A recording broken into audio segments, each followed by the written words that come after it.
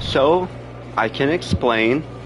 I had an error code for the game, and the error code knocked me off.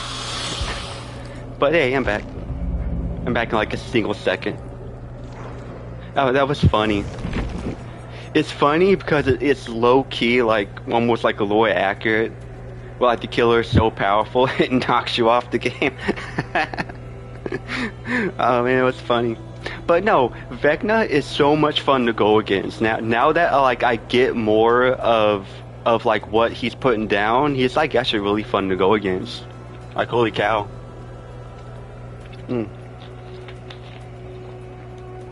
He's really fun. Like holy crap. Cause like if you make a decision, like he feels like you're like actually going against like a fighting game, right? Like it feels like you're actually going against like someone in a fighting game. It's like you have to like read more intentionally, which is like really fun. Hey, another Sable, but no Siri.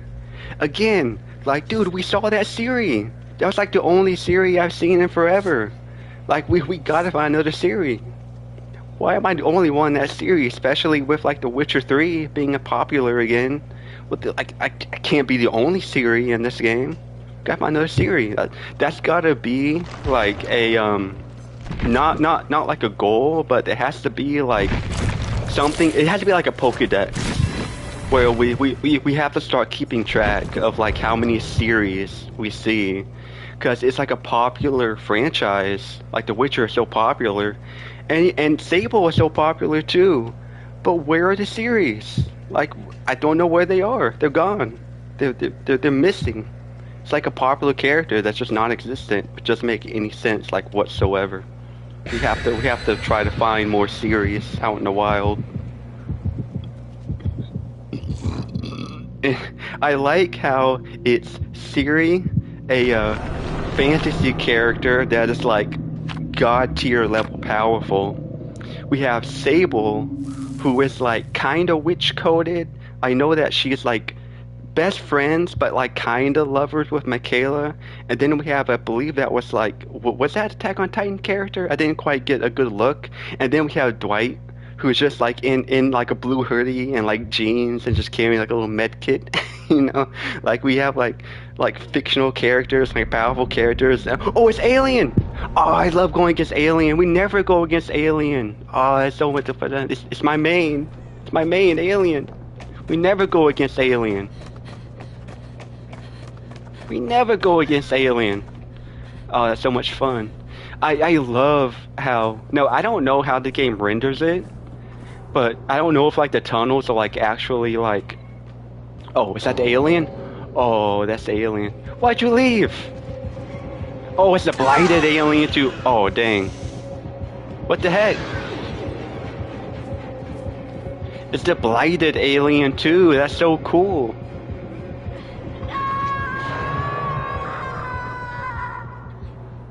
Dang.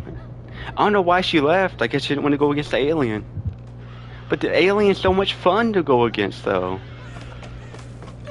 Here, I'll save you, and we're gonna run. Ah, 2 Sables. Technically, it's 2 Sables. Oh, you're broken. That's right. I can't heal you. Duh.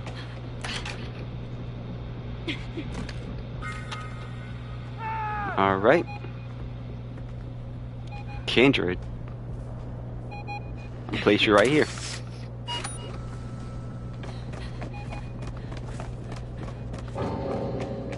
Oh, another person left? Oh, come on, man. Come on, man. Come on, man. Oh, the Sable's gone. Sable is looking for the basement. Come on, man. Ow! Okay, that scared the crap out of me. Ow!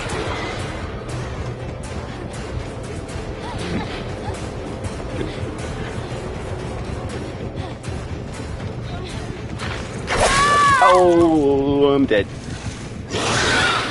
It's a blighted alien too. Oh, he looks so cool.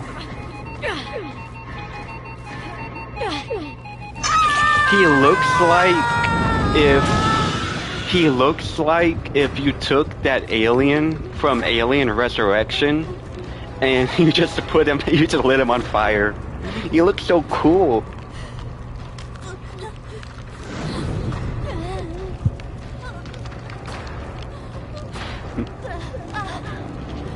I love how like all these IPs are so willing to give like these new skins to these legacy characters.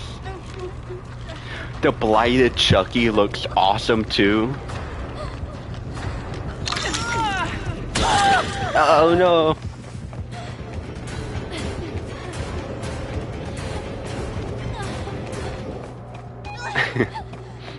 I wish I could help you.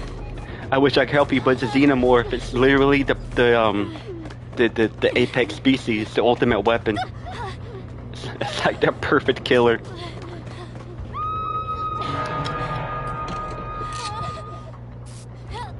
How?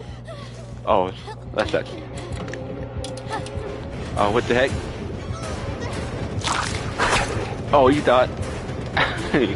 It's not as fun to play against as Vecna, but it's fun. How they talk about the shark in Jaws is what the alien is like, right? Ow! Again, that looks so cool. I can't get over how cool that looks. It's so awesome, dude.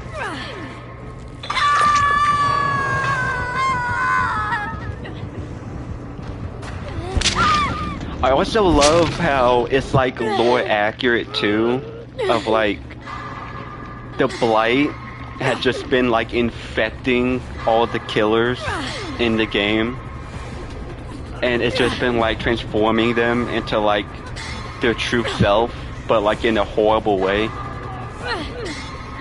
Almost like if you take the concept of Shin Godzilla and you put it towards, you know, like all these different killers. Like, I love how the pig, her pig mask is like actually fusing with her head, because it's like taking it literally as like she's like a pig.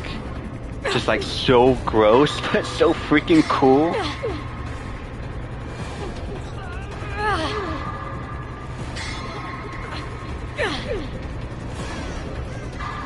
Oh, yay! I'm rescued! Oh, okay. So, it looks like what Sable did. Did Sable do that? What's that? Oh, heal you too? Yeah, yeah. Wait, you're a bot. Okay. Well, at least you'll help me survive.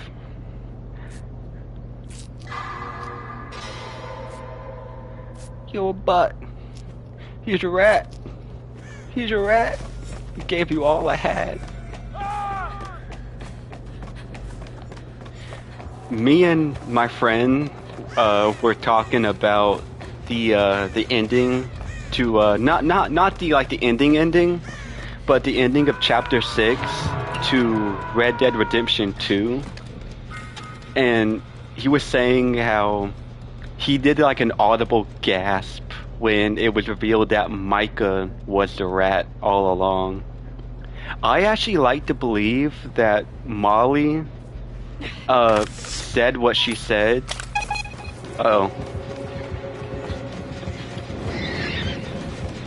I like to believe that Molly said what she said as like a way to kill herself that wasn't, you know, like her just like shooting herself. Because if you really think about it, if you watch that scene, she's like all drunk and everything, and she's like spouting anger at Dutch for like Dutch not like really caring for her and looking after her and everything. And I remember seeing a video from Actman where he goes over some of the stuff you can find in the camp about Molly. And there's like a note you can find. Oh, the tail drag. There's like a note you can find where she has like a poem that references what Arthur says at the end. I gave you all I had. I thought that was like awesome. Like I never knew that. There were so many things in Red Dead Redemption 2 that are so many small details that I personally like never realized, like I never saw.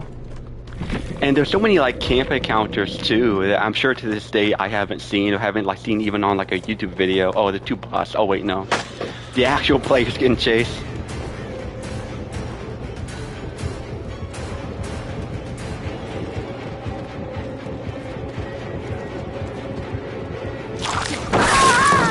Oh, you guessed wrong.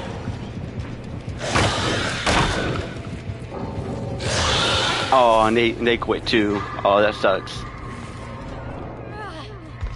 Yeah, there's no real point in continuing in that aspect. But no, like it's like there were aspects of like the camp in Red Dead Redemption 2 that I never saw. I haven't seen like a YouTube video of it. I haven't seen it in game. I haven't seen anything about it. But it's so cool that like there's like actually a poem that you can find in Red Dead Redemption 2 that mentions what Arthur says at the end. Like he says, you know, I gave you all I had, in reference to, you know, like being so loyal to the camp until the end. And Molly has that written, and it kind of reads like Arthur cared more about the people of the camp, and that he cared about like what they wrote, who they wrote to, what they wrote about. Like it reads like he actually like genuinely cares, and that he knows how Molly was feeling. Like it reads like that.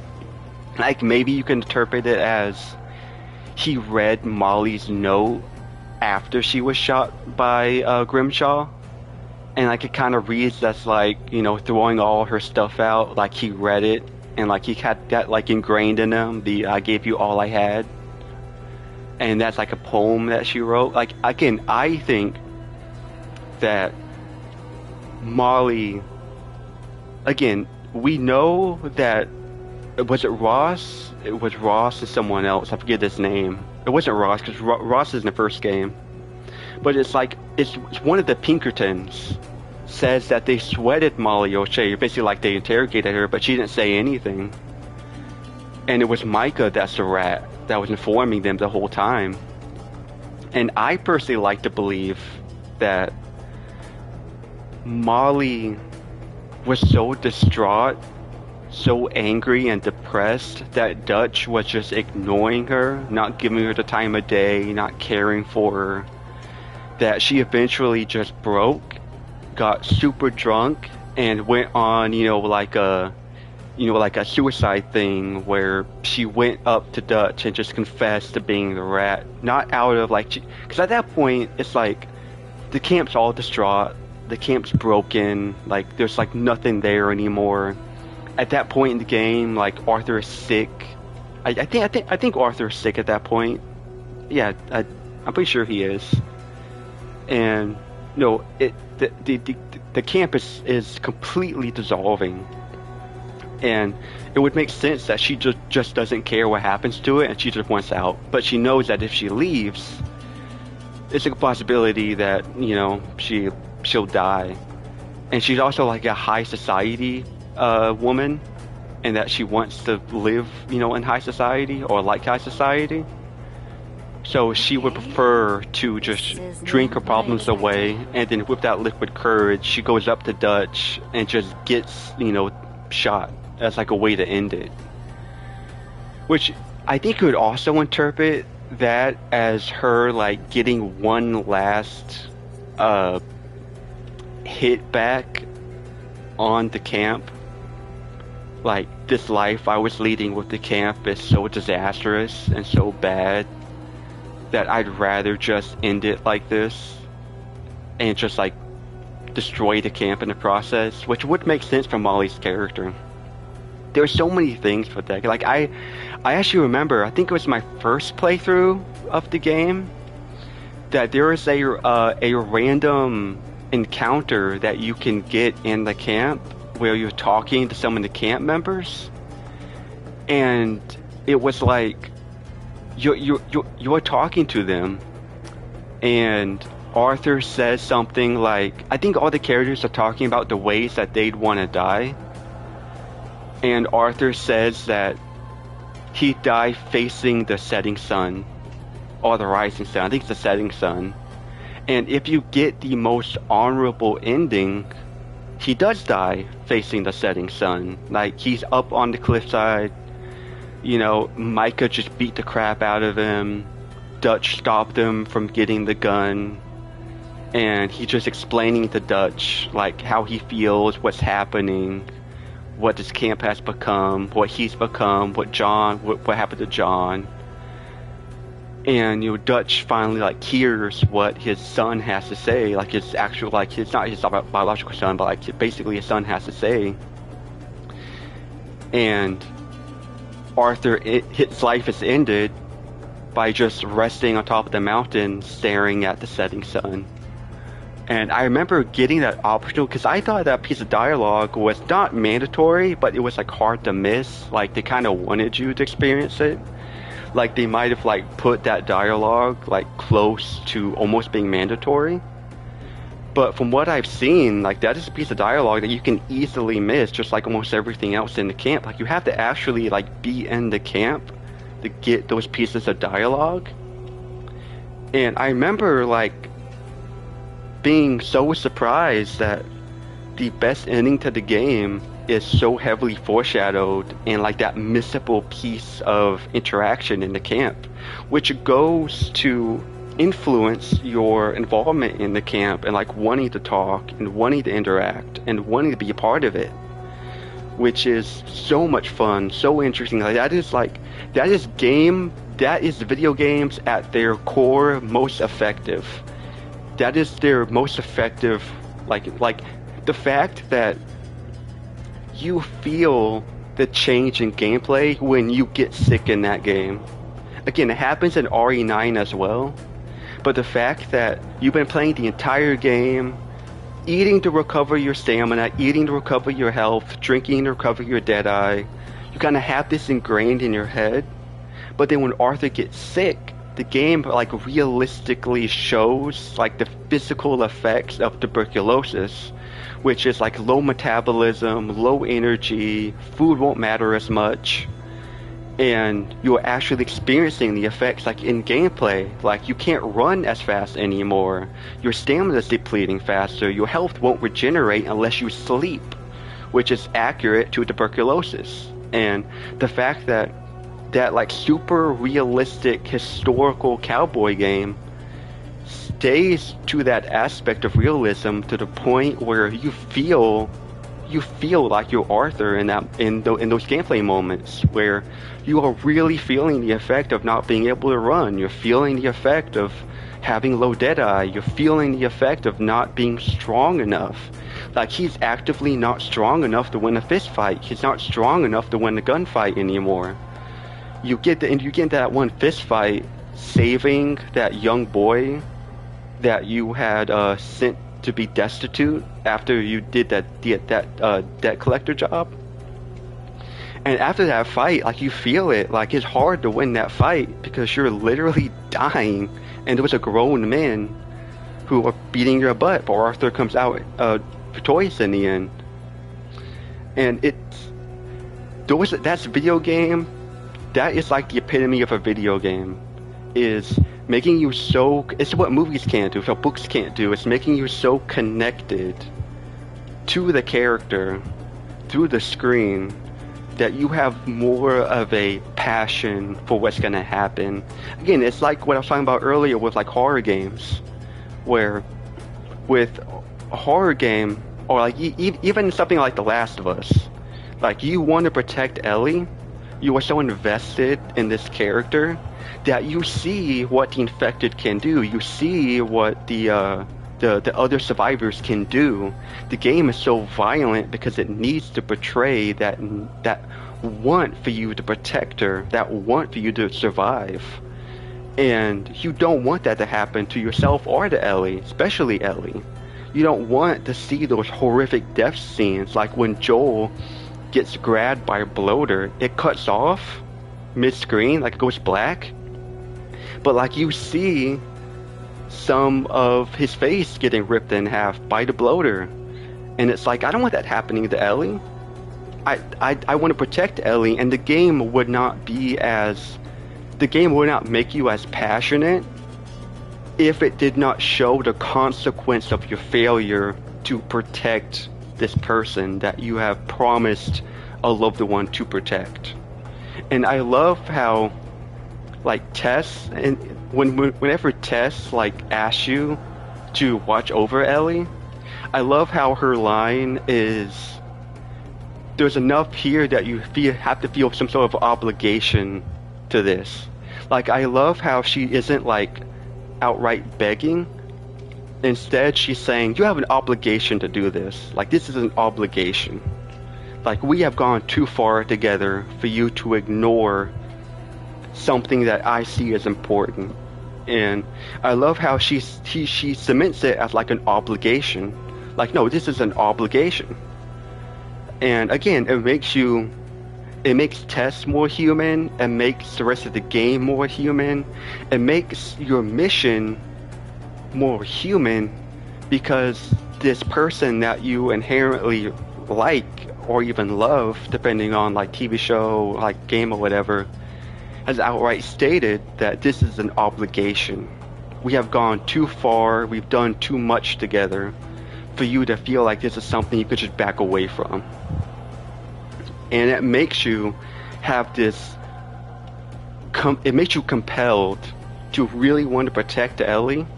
And you also get like a sense of like, even though the actions I'm doing are violent and vile, and you shoot someone's head off with a shotgun and it's literally just a bloody stump, like the gore in that game is crazy realistic. It gives you that sense of like, I need to protect my loved one in this situation. Like, this is someone, like, I have an obligation to this person that meant so much to me that I can't let this happen to her. And again, that's what video games do that movies can't do, books can't do, movies can't do. Even though they can get really close to it, you feel that visceral, you are compelled viscerally to protect Ellie. And the same goes for like a lot of other games, like I was saying earlier with in Dead Space, where every enemy in Dead Space can kill you in graphic ways, nasty ways, destroy your body, mutilate your corpse, take control of your body. Again, like I said earlier, there's that one necromorph that can just sever your head and like stick its tentacles down into your neck and like control your body and like replace your head with its. And it's like, I like Isaac. I don't want that to happen to my guy, to my player. Like, that's my guy, that's my player, that's Isaac. Especially in the remake where they make the story more compelling. Like, you actually like see the relationship that Isaac and Nicole have. Like, I don't want that happening to Isaac. I want Isaac to reunite with Nicole, not knowing the twist at the end, of course. Like, I want Isaac to reunite with Nicole. Like, I want this to happen. And seeing these violent ways that Isaac can just be mutilated and just destroyed, it makes you more passionate and like you want to keep Isaac alive. You want to see his health higher. You want to see him have more ammo. You want to see him, like be stronger. Because again, it's what games can do that other mediums can't do. They can give you that bridge to the character because you are that character. It's easy to, watch like a Nightmare on Elm Street, a Friday the 13th, something like Jaws, where it's easy to see like a violent scene happen and be scared. But that character is the character you're watching, you're interacting with passively, you're just sitting there watching. Especially with like games that can let you choose exactly what you want to do or how you want to go about it. You are much more interested. It's why, like, I remember specifically hearing that BioWare's data for most of the players that played Mass Effect for the first time chose the Paragon route, which is like the Jedi good guy route. And not a lot of people in the first playthrough played Renegade, which is the typical, like evil. People get confused because Renegade is not typically like evil in Mass Effect. Like the Renegade option is more the ends justify the means over the good guy. Whereas the good guy is like, I won't sacrifice lives to complete the mission. Whereas the Renegade is like, if a few lives mean I stop this bigger thing from happening, I'll do it. A lot of people kind of think that like Renegade is like, oh, Sith evil, and it's not.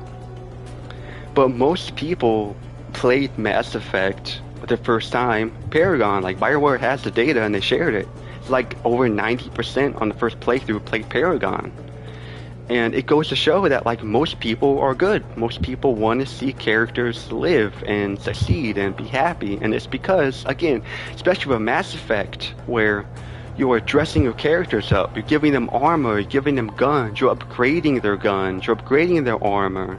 You're talking to them. The fact that you can talk to your guys on the Normandy and talk about their background and talk about their history and get to know them more.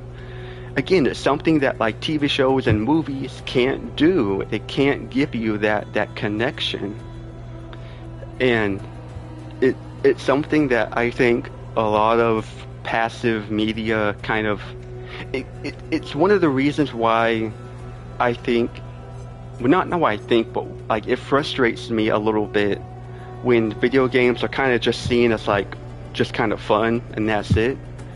Like I play a lot of video games because I'm so passionate about the medium, because this is the future of storytelling. No other type of storytelling has this level of immersion and connection, and I personally feel like I would rather play a video game and let my brain work out solutions and come across problems, come across moral issues, come across like actual puzzles that my brain has to solve. Like I feel like if you just sit down, watch television, whatever it is, doesn't matter what it is, your brain isn't really getting that activation that it needs. Like if you think about it really, like we used to spend a lot of time just sort of solving problems every day, right? We didn't used to have like the supermarkets and like, safety 24/7 outside of like the elements. So we had to solve problems every day, and our brains are wired to solve problems every day. It doesn't matter how big, as long as there's a problem. Which is why if you're like not doing anything, if you're not activating your brain, you're just gonna rot away. You're just gonna rot. Your mind will rot. This is why they literally call it brain rot. And I would rather play like 5 hours of a video game where I have to think, I have to solve problems, I'm talking to people, I'm forging connection, I'm gaining empathy for different types of solutions, different types of people. Like I love games like Baldur's Gate, like Mass Effect, even like The Walking Dead, where you're tasked with either moral issues, you're talking to people you normally wouldn't talk to, especially when the game is written well, with good characters. Like, again, like in Mass Effect, you talk to the Krogan, and the Krogan are suffering from a disease given to them by another race because they were expanding too fast and they could potentially endanger the galaxy. And it's like, you completely get why that happened. Like, you get why the genophage had to happen. But you also see the effects of the genophage and like what's happening to the Krogan. And it creates a bigger connection, a more effective connection than just watching it on a screen or listening to it in an audiobook or reading it. Because you have a Krogan as a party member. You have Rex. And he's interacting with you, like you talk to him. He talks to you about how he feels about the genophage, how his people are interacting with the genophage, like how many stillbirths the Krogan are experiencing like every year, every day. You feel that connection that like other media can't give you.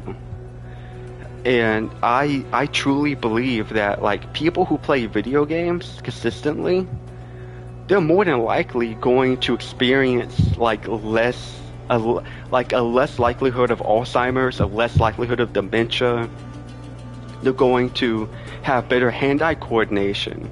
The problem solving, it depends on the game you're playing, right? Like, it depends on the game. But if you're playing games that have a lot of problem solving, a lot of, like, skill involved, like hand-eye coordination, even problem solving and, like, positioning, like a game like Counter-Strike or Overwatch or Marvel, where, like, okay, my tank here is down. My tank was killed. I have my other tank here. My DPS are struggling because now that one of my tanks are gone, the floodgates have kind of opened halfway. Like there's like one half of the sluice gate that's open. So now I know as like a healer that I have to keep that tank alive until my other tank can come back. So you have to position yourself in a way in which you can survive so that your tank can survive, so that your DPS can kind of hold back the storm a little bit. Those are like the small problem solving moments in games that will fire up your brain, that will keep your brain moving, that'll keep you solving problems. Think about hearing people say that they were fighting a Souls boss, Bloodborne, Elden Ring, Dark Souls, and they couldn't beat it, right? The boss was too hard. They couldn't do it. They were at it for like an hour. They couldn't do it. They eventually stopped playing and they went to bed. They went to work. They did something else. As you walk away from a problem, inherently your brain in the background would just work on finding a solution. I think it's called the eureka moment, where you're not really thinking about it, but your brain in the background is like looking at like almost like that recording of events and putting it together and being like, how can this problem be solved?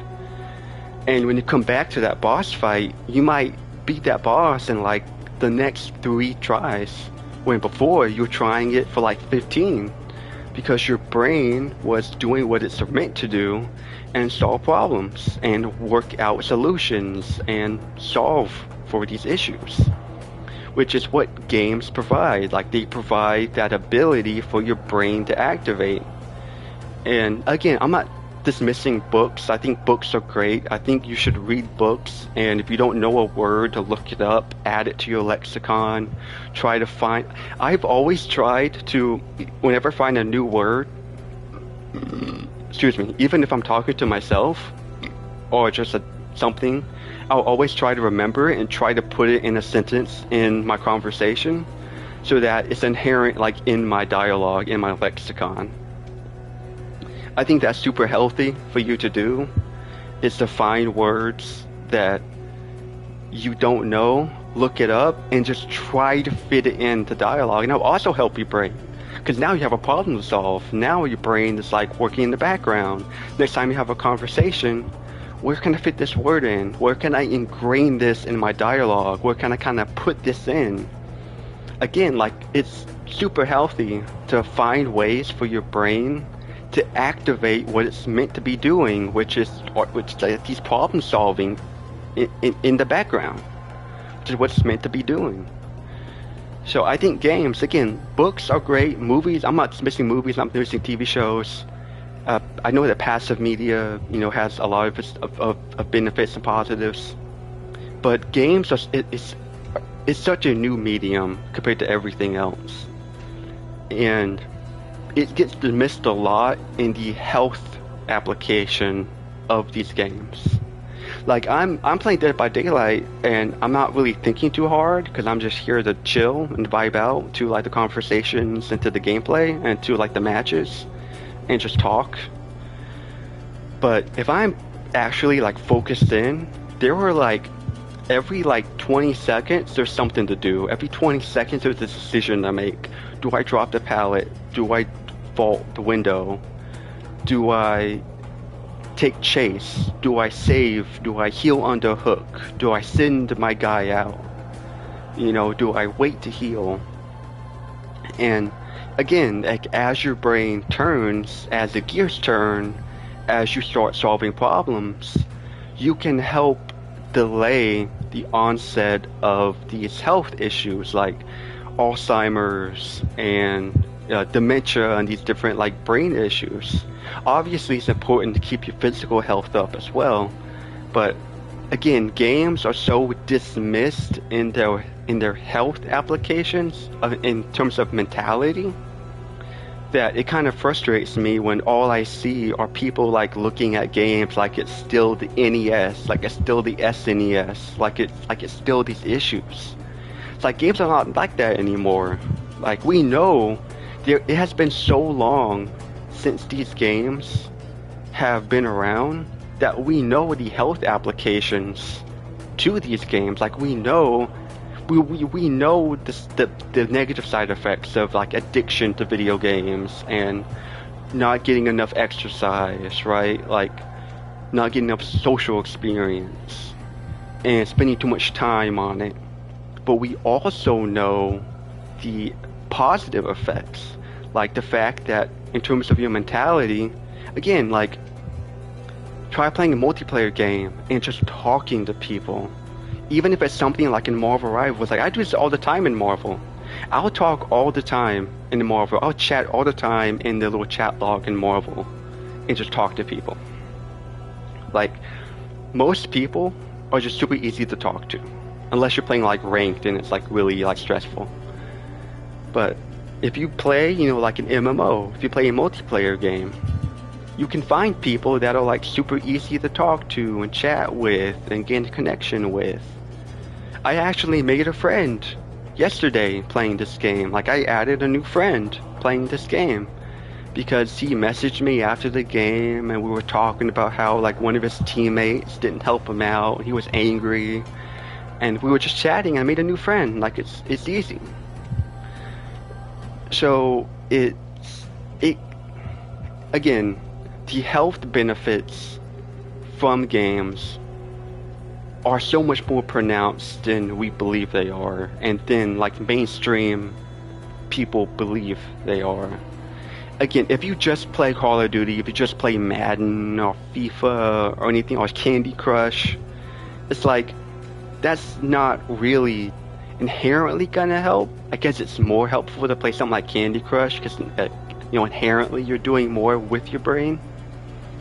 But the fact that we know that activating your brain slows down these degenerative illnesses and can help reduce them. And the fact that we know this and problem solving is so important. Also, like empathy. I talked about empathy before. Again, empathy. Games can create so much empathy in you and in other people, in even single player games. Again, like over 90% of first time players for Mass Effect went Paragon. Like that is a large amount of people that are playing in a fake world. None of that matters in the real world. Whatever you do in a video game, none of that matters in the real world. You kill a bunch of people in a video game, they're fake. They're fake people. No, there's nothing in the real world that's gonna happen because you killed a bunch of people in a Grand Theft Auto game. But the fact that nothing is real in those games, you're kind of led to believe that you can let loose, that you can just kind of let your inner aggression out, like let all that anger out, let all that emotion out into that fake world, and it absorbs it and it responds to you, and it can be cathartic. It's why people, love to watch slasher movies sometimes, especially like older Friday the 13th movies. The fact that the movie kind of treats Jason as a main character, like it's cathartic, it's like letting loose this part of the human mind that you normally can't let loose. And for games, there were some games where like you want to do that, like in Grand Theft Auto, putting out some cheat codes and just let loose and let all that anger out, all that emotion out, just put it into a fake world and just let all that out in like a healthy way. Which there are other ways of letting like aggression out and frustration or like sadness out into something, like writing, painting, exercise. You kind of have to like let that negative be a positive, like let that negative enforce the positive. Like, oh, I had a really bad day today. I'm just so angry. Well, let me take that anger out into my exercise regimen. let me like really tear it up with the exercise today and like let all the anger out, right? Or you could do it in like a video game where like you just want to load up Batman and just drive around in the Batmobile and just beat people up as Batman. Like that's cathartic. That's letting out like those emotions, and you can build like emotional resonance and emotional resilience in like story-based games, or you can learn to kind of healthily let out some emotions in like a GTA, a Batman, or something like that. Even Spider-Man. There are people to this day that say that they will load up Spider-Man 2 or a Spider-Man game and just web swing and just swing and just just put on some nice music on the podcast, or just let the game audio in, just listen to it. And the web swinging is so peaceful and so cathartic, and it's like you're just kind of you're in zen mode. There's so many positive applications to this medium that it often gets overlooked, like the story aspect, the cathartic aspect, the fact that mentally it's good for you. Like, again, addiction is a real thing. You can really get addicted. You can really feel the effects of it. It's horrible, and I'm not ignoring that. I'm not displacing that. I'm not trying to put that off into the back burner for later. It is a real problem, but it's just like everything is a real problem, though. Like every healthy outlet has a negative side to it if you go too hard in it. And you know, there are so many healthy aspects to this medium that I feel are not respected enough. And it does kind of frustrate me when I just see headlines of like person who played Grand Theft Auto went on, you know, like an actual Grand Theft Auto like raid or like joyride and like hurt a lot of people. And it's like there's no like direct correlation there inherently. Yeah, they also probably watched some horror movies, probably also watched some action movies, they probably also read more mature material, they probably also, you know, experienced some hardships in their life that was transforming. And video games are such a new medium that they're easily scapegoated, and we tend to forget again all these positive effects for this medium.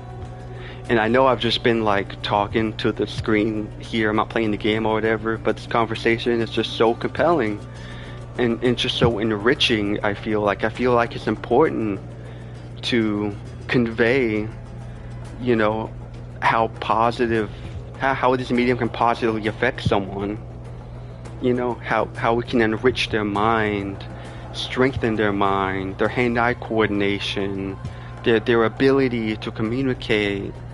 Like, you can play ranked in a video game. You can play ranked in any video game, just think of any video game. If you play ranked and you really need someone to like change their role, change their play style, change a character, it can be easy to kind of like angrily say that and be like, man, you just switch, just do this, do that.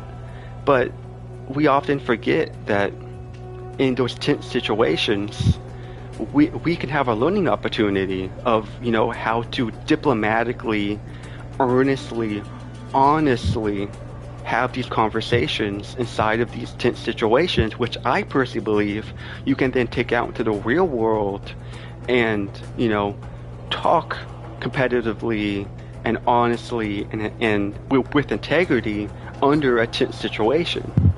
Like if you're playing a ranked game and you need someone to kind of fill a spot, like fill a healer spot, fill a DPS spot, fill a spot on the map that's not exactly taken. Again, learning how to talk like that, like learning that empathy, learning that earnestness, learning how to speak intelligently, eloquently, sophisticated, you know, with those sophisticated aspects of like trying to, you know, convey to them like, hey, this is what like I personally believe we need to do to win this game, instead of just like saying, hey, switch, hey, do this, hey, do that. That's a learning opportunity for you of, I'm going to try talking to this person under this very tense situation where this game is important for all of us. Let's talk. Let's try to, and again, it's a tense situation. You can't just sit there and just type all day. You're playing the game. You're on a time limit in the game. The match is going to end. That is your opportunity to learn, to grow, to try to talk to that person and gain a bit of knowledge on how to convey your feelings intelligently, honestly, in a very tense, time-sensitive situation, which is very important. Having brevity, but still conveying honestly in a tense situation is incredibly important. Incredibly important, especially in real life when you're going to come across people that aren't going to agree with you, that aren't going to be like you, that won't have the same beliefs, that may resort to anger, where because you took those learning opportunities in those video games that you were playing in ranked, that you're playing, like, learn to take learning opportunities in every space that you can, right? Like, you're playing ranked, like, take that opportunity. Just try. And then if it fails, if you end up having an argument, reflect, like, learn, like, what did I do wrong? Did I do anything wrong? Did he do anything? Or did we both do something wrong? And sometimes the situation is just unsalvageable. Though that's like a hard truth that all of us have to learn sometimes, is that you may want to salvage a situation with honesty and integrity, and sometimes it's just not possible. That's not you failing, that's not them failing, that's not them being good enough, that's you being good enough, that's life.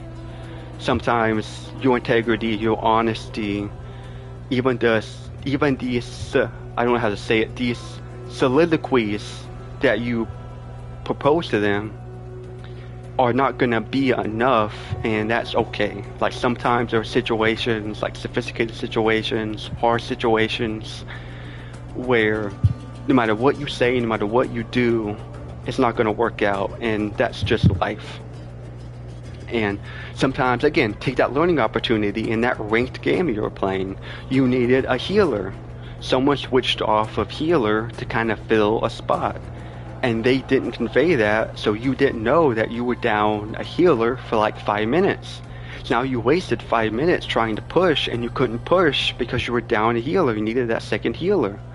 So now, like, you're probably angry, you're probably upset, but now it's your opportunity. It's your learning opportunity. Okay, I'm gonna take the, like, you guys kind of back away a little bit and just take that small breath and just be like, how can I learn from this? How can I talk? How can I convey my feelings and learn from this, and then take that into the real world? And I'll be honest, I've done that before. I have used tense situations. I have played a lot of hard games. I've played a lot of competitive multiplayer games to this day in my past, and I have, taken those tense situations of communicating and being angry and sometimes insulting, and taking those learning opportunities and trying to push them forward in a positive way out in the real world. And it's not always easy. It's not always going to be comfortable. Sometimes you'll get people that insult you. Sometimes you'll get people that don't want to have those discussions. Because again, if it's like a video game, some people just don't take it that seriously, and that's fine. Again, you won't always succeed. That's like a fact of life that will just come naturally as you live.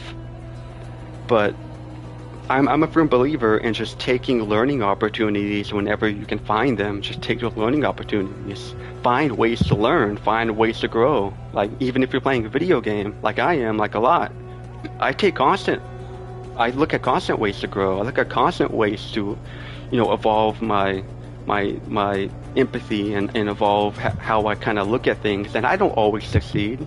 Sometimes I say things I shouldn't say. Sometimes I do things I shouldn't do. Sometimes I let my vindictive nature overtake me. And those are learning opportunities. And sometimes people have to put you in your place. Sometimes you have to kind of be humbled. And that's life, and that will happen. And you learn from that, and you grow from that. And Again, I know this is like a super existential conversation where we're just playing a game about running away from killers. But again, like it kind of goes to what I've been saying about taking learning opportunities wherever you can find them. You know, like even in my job where I interact a lot with people, I interact a lot with food, I interact a lot with money. Like I take learning opportunities wherever I can find them. Like okay, like I did a little too much here, I wasn't talkative enough here, I didn't interact enough here. What is my situation here, and how can I kind of evolve that to kind of fill these spaces so that I can grow and I can be better, and then I can kind of, you know, I'll be completely honest. In a lot of situations, I'll sometimes be like a little not vindictive at my job. That's not the right word, but I'll be not when I'm working alone, because whenever I'm working alone on the weekends, I tend to kind of lock in more. But when I have someone else working with me, I tend to be a little like loosey-goosey with how I interact with customers. Like I'll typically let the person working with me take the customer, because I know that I am more effective at these other things, like the fryers and the food and the prepping. Even though I know I interact with customers, I know I interact with money, I know how to do all these things. It's like I take all those learning opportunities in the weekend and I try to kind of, you know, like learn from it and implement it in ways. And it's never easy. It's never gonna be easy. Taking, you know, hard lessons and putting them forward is difficult, but it's something that will benefit you, it will benefit those around you, and it also would just like it's just better for you as well. Like it's better for your mental. Always like knowing that you're always growing, knowing that you're always evolving, that you're always learning. Like always take a day to learn, always take a day to grow, always take a day to facilitate what you've learned empathetically, in terms of knowledge, in terms of your speech, in terms of everything. Like take those opportunities. Again, like in every sense of the word, take those opportunities. Opportunities will arise everywhere.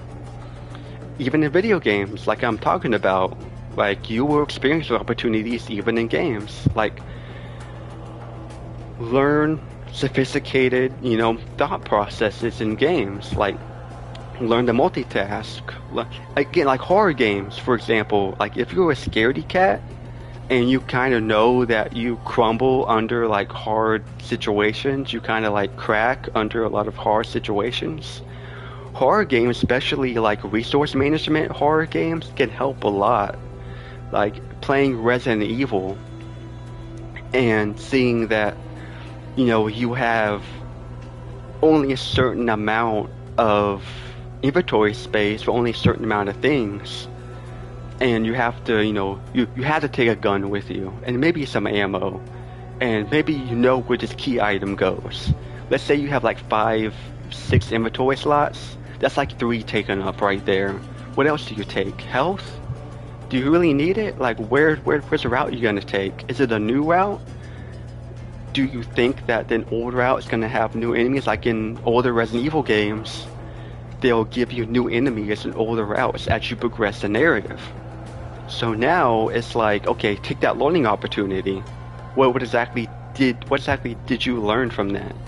You learned that even in familiar areas and familiar locations, familiar encounters, there will always be new challenges. So learn from that. Okay, like I went this old route with what I usually bring, and I got effed over because I didn't bring enough healing, I didn't bring enough ammo. I'm gonna now take that to heart and be very wary and, you know, kind of like really judge my next actions carefully. You know, judge how, like, is this an old area after, like, look at how you did the story. Did you continue the story? Did you do a story mission? If you did a story mission, that old area may be dangerous again because the game might put more dangers in that area. Again, that learning opportunity is that as you grow more familiar, don't grow more complacent. Complacency is a very dangerous cancer to the mind. And as you're playing that Resident Evil game, take that to heart. Okay, this is a familiar location. I'm going to bring my familiar items. Okay, now I'm facing a brand new enemy that wasn't there before. Okay, that lesson, complacency. Don't be complacent. That is the lesson. And that could be a lesson for your mentality. That could be a lesson for you physically. That could be a lesson for you financially. Like it all depends on your situation. But take those learning opportunities whenever you can. That's what games can give you that movies and TV shows and books can't give you. Take those learning opportunities. Take those efforts. Even something like grinding in like a JRPG. What's the learning opportunity to grinding in a JRPG? You are taking the time and the effort to build up your knowledge and your skill set in a particular space so that you can better be fit for that space. So that's the lesson with grinding. I know that this is going to be challenging. I know that I may not be ready for that challenge, but if I simply practice, if I simply train, if I train my brain and my body for this upcoming challenge that I know is too hard for me, even though it is still going to be difficult, I can take that practice, I can take that time I put into it forward into that issue. That's what like grinding in Persona, that's what grinding in Final Fantasy, that's what grinding into RPG can teach you and you can bring into the real world. These are things that movies and TV shows can really struggle to give you, that you can then push forward and learn from and grow from. Take those learning opportunities. Treat everything you come across as a learning opportunity. Always try to learn, always try to grow, always try to put yourself in a situation where it may be difficult to try to find a learning opportunity, but there will always be one. Even if it's very small, like very, very, very small. Like maybe you didn't feel like completely reading a tutorial, or completely reading a note that was given to you. Even if you didn't feel like completely reading that, it may have said something that was super important that you missed. And because you missed it, you now have trouble figuring out what to do because it may have given you a clue.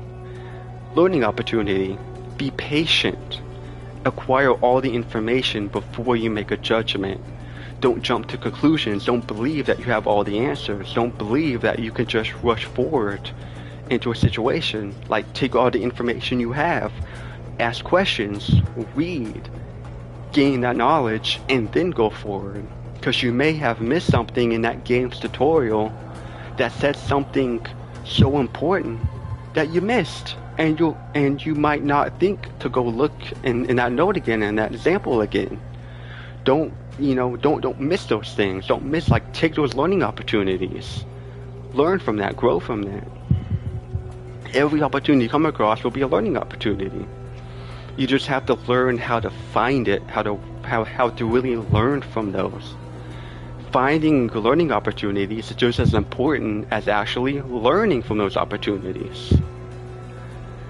And that's something that, again, I've said this. I am a broken record at this point, but always, it's something that it's something that movies and TV shows can struggle with.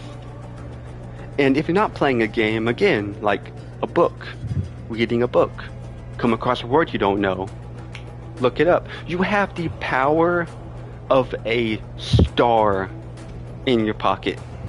What we call cell phones, someone in 1900, 1800 would call magic. You have the power of a star in your pocket. Use it. Find a word you don't know in a novel you're reading, look it up. You gotta look it up, and you gotta learn it, and you gotta put it into your lexicon, and use it, learn from it, and again, try to find ways that you can say it. It will not be ingrained in your language if you don't actually speak it, put it into a sentence. That is a problem that you can solve, right?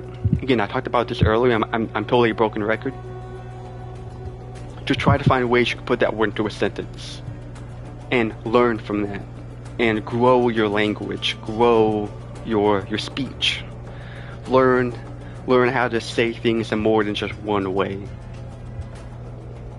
So I went on like a super like crazy existential like I'm just playing a game where you're running away from someone trying to kill you. I know, but again, there's always like even right now, this is like the actual like first real time that I'm actually like I feel like I'm speaking from the heart to someone, that I'm speaking from the heart to someone that like actually kind of gets it. I don't have a lot of people around that get it, because again, there's that inherent feeling of it's useless, it rots your brain, I don't know why you do it.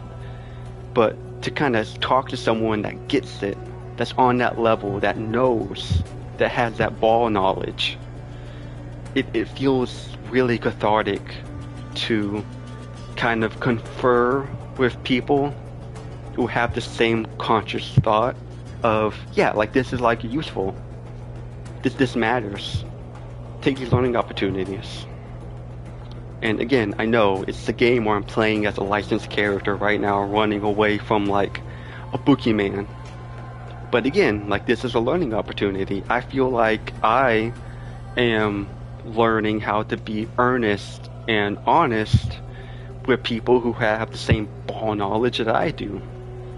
And I feel like this stream of consciousness, this stream of dialogue, matters more than a lot of other things that I've said and I've done, because it feels like I'm taking this opportunity to really announce my heart into something I truly care about.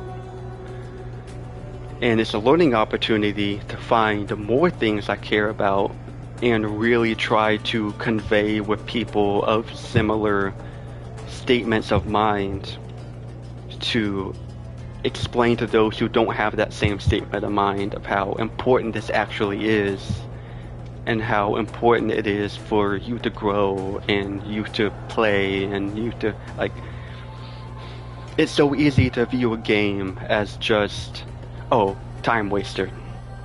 Oh, you're not going out there and grinding. Oh, you're not going out and making money. Oh, like, I would rather grow my mind, grow my lexicon, grow myself, than, again, just kind of like waste away on a couch or waste away watching passive media.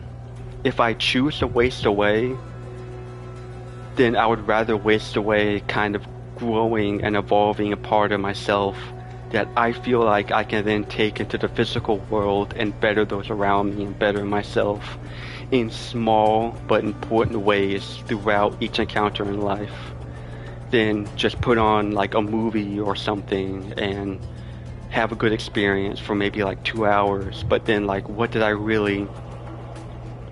was like the lesson there? And I'm not saying that movies don't have lessons. I'm not saying that shows don't have lessons.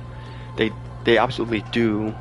I'm not gonna say that the Batman doesn't have the lesson of learning to become more than what you are. Batman learns to become more than just vengeance. He learns that even though his symbol inspires fear in the criminal, it's also inspiring fear in the innocent, and that's not his goal.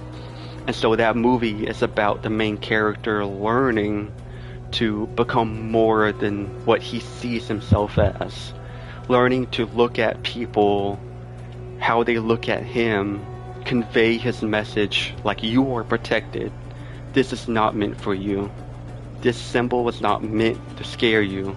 When you see the bat symbol, whenever you see the bat signal in the sky, for you that is hope. For the criminal, that is fear. And it's Batman in the movie learning how to convey that hope to the innocent, because in the beginning of the film, he sees it as just a symbol of fear. He doesn't care as long as the criminals are feared. But the innocents are fearful too. And it takes, throughout the movie for him to kind of learn how to convey that want for the innocent to care. And again, so I'm not saying that movies don't have lessons, but again, if I choose to waste away on something, I would choose to take those learning opportunities and those ways of putting that forward into the real world that I feel like a lot of people don't see, that don't have that same that same ball knowledge that people like in the gaming space tend to have with the medium. Like, this isn't just time wasting. This is actually something that you can have learning opportunities and like learn and grow and prosper yourself and those that you love. And it's just something I really care about.